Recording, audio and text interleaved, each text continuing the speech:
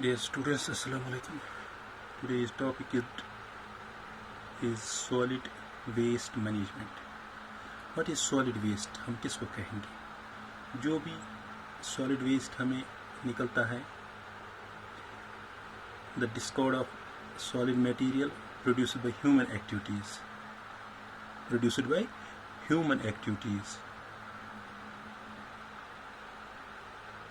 Human activities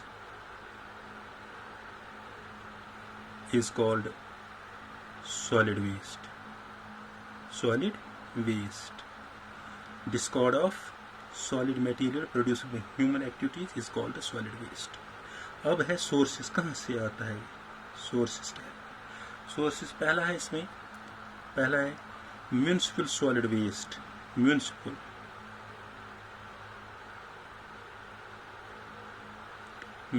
solid waste. Municipal solid waste आता है. It includes domestic waste,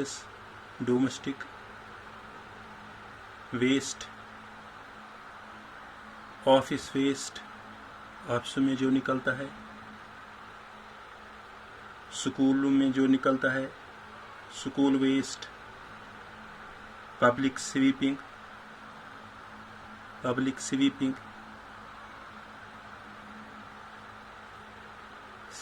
waste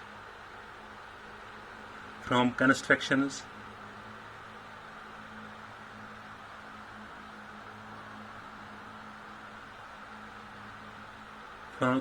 sites, etc. ये हो municipal solid waste जो निकलता है. डोमेस्टिक वेस्ट, ऑफिस वेस्ट निकलता है, स्कूल में निकलता है, public sweeping waste for construction sites पे निकलता है. That's called the municipal solid waste. It also includes both biodegradable as well as non biodegradable waste. अब जो निकलता है हॉस्पिटल वेस्ट, हॉस्पिटल से जो निकलता है हॉस्पिटल से वेस्ट निकलता है जो infection materials. It includes mostly infection material. For example वहां से निकलता है needles, syringes, bottles, bags, scraps, human material, human parts जो सर्जरी के द्वारा निकलता है, and harmful chemicals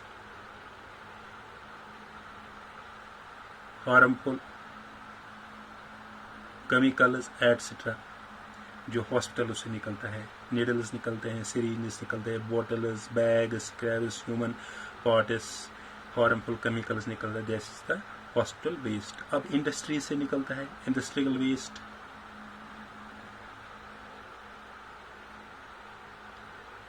Industrial waste, it includes ash, fly ash जो कहाँ से निकलता है, coal thermal based power plant से, जहाँ पे कोल से चलता है, coal based thermal plants, coal based thermal plants से निकलता है. और nickel and scraps and other solid waste निकलता है. अदर सॉलिड वेस्ट निकलता है. दिस वेस्ट कंटेन्स, इनमें से होता है हैवी मेटल्स जो इंडस्ट्री से निकलता है, heavy metals and toxic chemicals निकलता है. और वहाँ से निकलता है hazard solid waste generally produced by industries जो इंडस्ट्रियों से निकलता है. हैजर्ड सॉलिड वेस्ट जो इंडस्ट्री से निकलता है, प्रोड्यूस्ड बाय मेटल्स वहाँ से भी निकलता है मेटल्स. और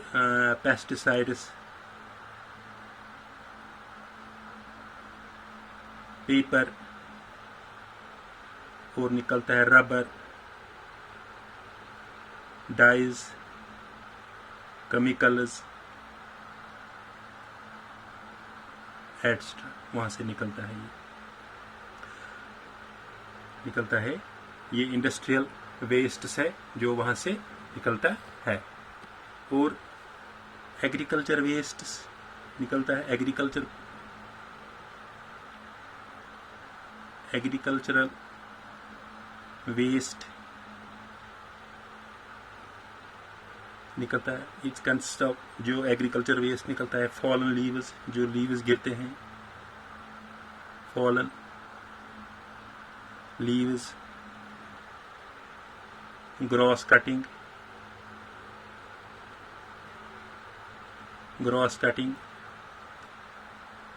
स्ट्रा और डंग, अपरूटेड प्लांट्स निकलता है एग्रीकल्चर, बहुत एट्सट्रा, ये निकलता है एग्रीकल्चर से। अब है इलेक्ट्रॉनिक वेस्ट, ये बहुत ज़रूरी है एग्जामिनेशन पॉइंट ऑफ व्यू से।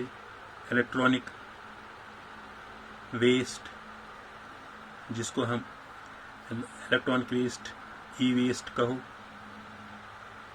ई वेस्ट लार्ज क्वांटिटी में ये निकलता है, बहुत सारा इलेक्ट्रॉनिक, क्योंकि आज इलेक्ट्रॉनिक ज़्यादा इस्तेमाल होते हैं इसलिए बहुत वेस्ट निकलता है। Large quantity increase in use of electronic equipments like computers,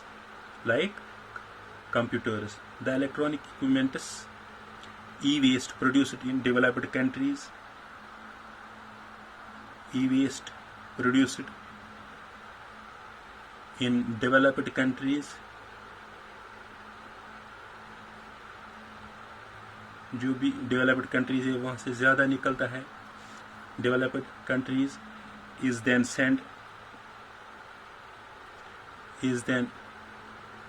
sent to developing countries, developing country ones for extraction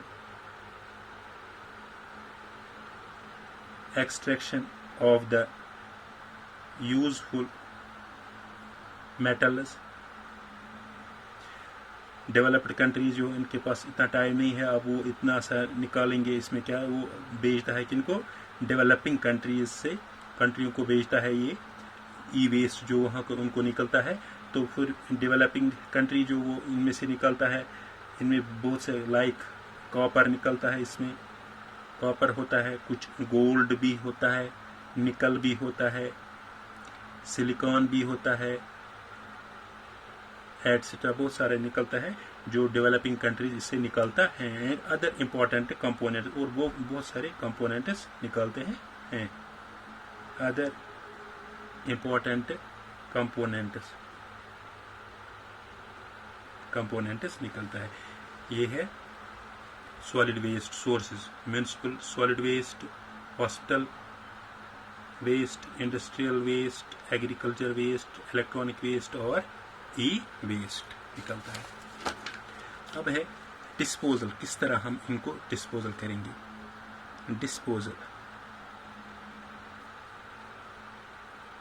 disposal और मैनेजमेंट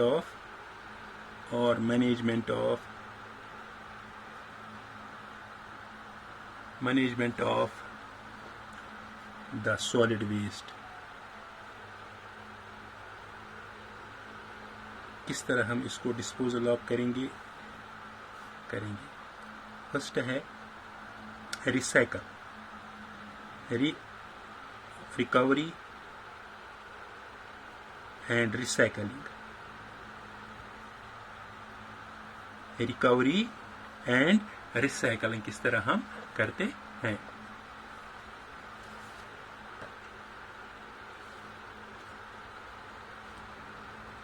रिकवरी पहला है, जो भी आर्टिकल्स होते हैं रिकवर्ड एंड रिसाइकल्स इंक्लूड्स मतलब टिन है, कैन्स है, अदर मेटल वेस्ट है, गिलास है,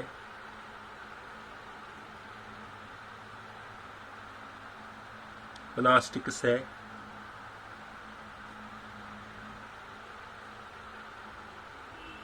पॉलीथीन है, निकलता है, पेपर है, एटसेट्रा। हम इसको recycling these solid wastes into beneficial one, जो हमें रिसाइकल, हम इनको अगर करेंगे रिसाइकलिंग, अगर रिसाइकल करेंगे सॉलिड वेस्ट को, जो बेनिफिशियल, जो हमें फिर ज़रूरत पड़ेंगे। फॉर एग्जांपल, अगर हम 1 टन ऑफ रिसाइकल्ड पेपर, जो पेपर इस्तेमाल पेपर करते हैं, अगर हम इनको रिसाइकल करेंगे, they can save 17 medium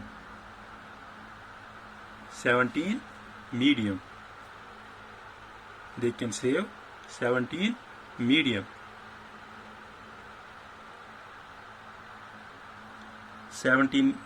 sized trees falling them.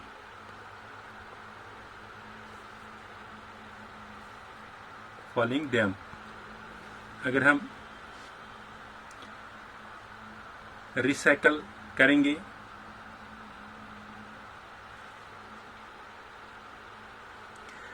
Recycling of metals करेंगे, रिसाइकलिंग ऑफ मेटल्स अगर हम करेंगे, only save limited source but also cheaper and less. अगर हम मेटल्स को रिसाइकल करेंगे, only save limited source but also cheaper and less pollutant, cheaper भी होगा, सस्ता भी होगा, और पोल्यूशन भी ज़्यादा नहीं होगा। सिमिलर जो बाकी भी सॉलिड वेस्ट फॉर एग्जांपल निकलता है, ब्रोकन गिलासेस, प्लास्टिक्स, पॉलीथीन जो निकलते हैं, कैन ऑल्सो बी रिसाइकल। हम इनको रिसाइकल करते हैं, जो जिस तरह हम घरों में निकलते हैं, यहाँ फिर कोई आता है, उसको खरीदा, फिर हम उसको बेचते हैं, फिर लेते हैं इंडस्ट्री में, फिर वो नया रिसाइकल करके आता है, फिर वो हम इस्तेमाल फिर करते हैं। और इसमें दूसरा है कैटल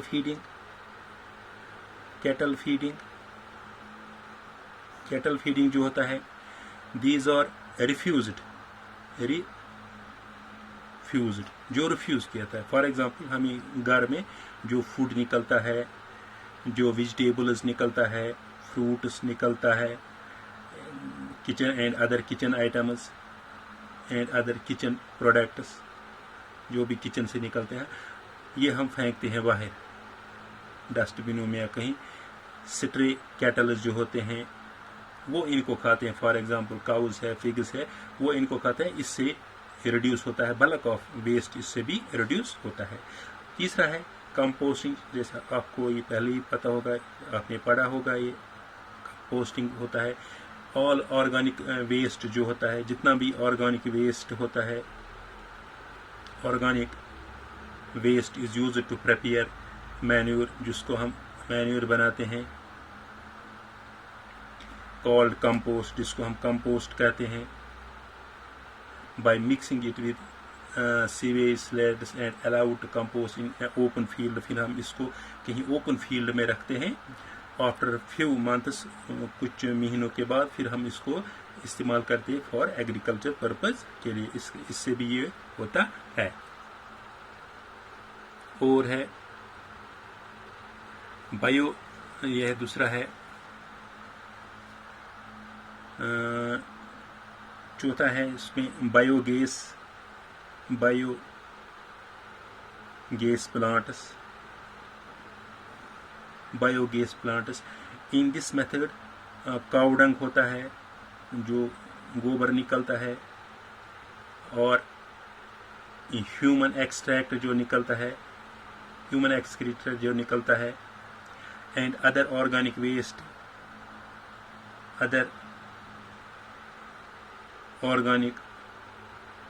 वेस्ट जो निकलता है फार्म से, हाउस से, और प्लेस इन गोबर गैस प्लांट। ये को हम किस में डालते हैं? गोबर गैस प्लांट में, विच not only enrich the manure but also produce the gas for domestic use। इससे गैस भी निकलता है जो डोमेस्टिक यूज है, और इससे मैन्यूर भी निकलता है जो हमें एग्रीकल्चर पर्पस के लिए इस्तेमाल होता है। अब हमें है जो चौथा 5वां पॉइंट है कि बर्निंग जो होता है, बर्निंग जो कुछ निकलता है हम इसको जला देते हैं। It is very common method, ये कॉमन मेथड है, ओल्ड मेथड है to reduce the bulk of solid. अगर घरों में हमें कुछ गंद वंद निकलते हैं हम बाहर उसको जला देते हैं, रबिश एंड गार्बेज एक्स्ट्रा जो भी कुछ निकलता है इन ओपन प्लेस में हम इसको but it cause the air pollution, वहाँ से धुआं निकलता है, वो इससे एयर पोल्यूशन होता है। इसमें एक है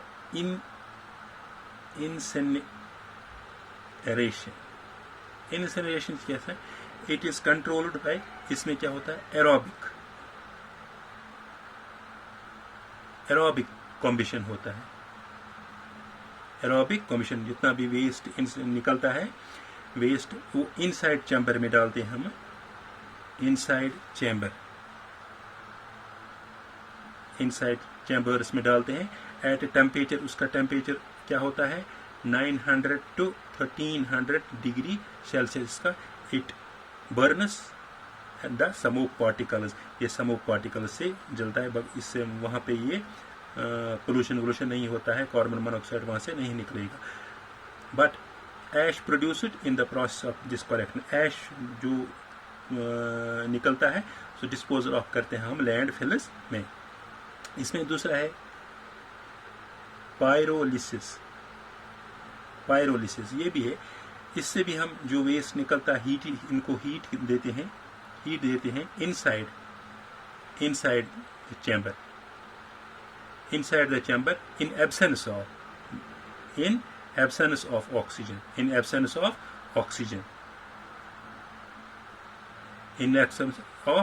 एट टेम्परेचर। इसका टेम्परेचर कितना होता है 1650 degree Celsius. So it does not yield pollution, ये भी यील्ड पोल्यूशन नहीं करते हैं। और इसमें और एक पॉइंट है डंपिंग